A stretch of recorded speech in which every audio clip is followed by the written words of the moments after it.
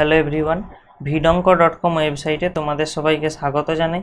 আমি সৌরভ দে, তোমাদের math tutor. এখানে যে প্রশ্নটি নিয়ে আলোচনা করব, দেখো এটি একটি সমাধান করার প্রশ্ন। আমাকে একটি এক্স এর সমীকরণ দেওয়া আছে, একে সূচকের বিভিন্ন ধর্ম কাজে লাগিয়ে সমাধান করতে হবে।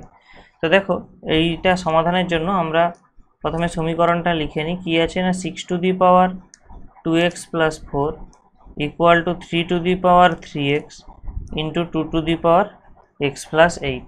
ওকে, তো আমরা একটা সূচকের ধর্ম জানি, যদি ab⁴m হয়, একে আমরা লিখতে পারি a⁴m ইন্টু b⁴m। তাহলে এখানে আমরা 6-এর জায়গায় লিখতে পারি 2 × 3 2x + 4 সমান 3 3x into 2 x + 8। Right side যেমন ছিল এরকমই রাখলাম। তো আমরা একে এই সূচকের ধর্মটা কাজে লাগিয়ে লিখতে পারি 2x + 4 ইন্টু 3 2x + 4 সমান 3 3x ইন্টু 2 x + 8। এরপরে আমরা কি করব, এই 2 x + 8টাকে বাম দিকে আনবো এবং 3 2x + 4কে ডান দিকে নিয়ে যাব। তাহলে আমরা কি পাবো না, 2x + 4 by 2x + 8 = 3 3x by 3 2x + 4 এরকম আসবে এখানে সমীকরণটা। তো আমাকে এই অংশটাকে ভাঙতে হবে। তো আমরা সূচকের আবার একটা ধর্ম জানি, যদি a⁴m বাই a⁴n হয়, একে আমরা লিখতে পারি a⁴m-n। তাহলে এখান থেকে দেখো আমরা কি পাবো, 2x + 4 minus of x + 8 = 3 3x minus 2x + 4।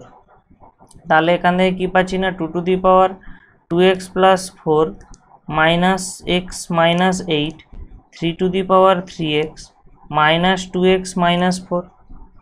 তো আমরা বাম দিকে পেয়ে যাচ্ছি 2x মাইনাস 4 এবং ডান দিকে পেয়ে যাচ্ছি 3x মাইনাস 4।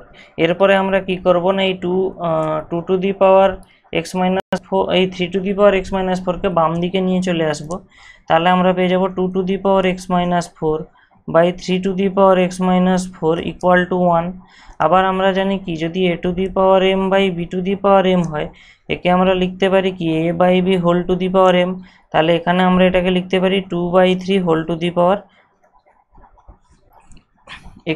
- 4। আবার আমরা জানি a যদি 0 না হয়, a যে 0 ছাড়া যে কোনো বাস্তব সংখ্যা হয়, তাহলে আমরা বলতে পারি a⁴0 মান 1 হয়।